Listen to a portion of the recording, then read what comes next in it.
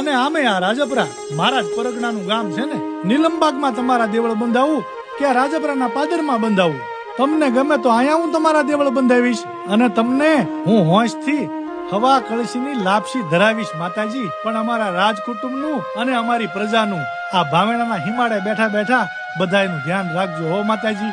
હા રાજન, તમે જ્યારથી મળ્યા છો ત્યારથી બસ તમારા મોઢે તમારી પ્રજાની જ ચિંતા છે. હોય જ ને માતાજી, અમારું રાજકુટુંબ કદાચ તમને હવા કળશીની લાપસી કરી શકે, પણ અમારી 1800 પાદરની પ્રજા એમાં કોઈ ઘર ગરીબ પણ હોય અને તમને હવા મુઠ્ઠીની લાપસી માને ને તો માતાજી એનો સ્વીકાર કરીને એના કામ કરજો, એના દુઃખ ભાંગજો હો માતાજી. એટલું આ ભાવેણાના રાજા આતાભાઈ ગોહિલ તમારી પાસે માંગે છે.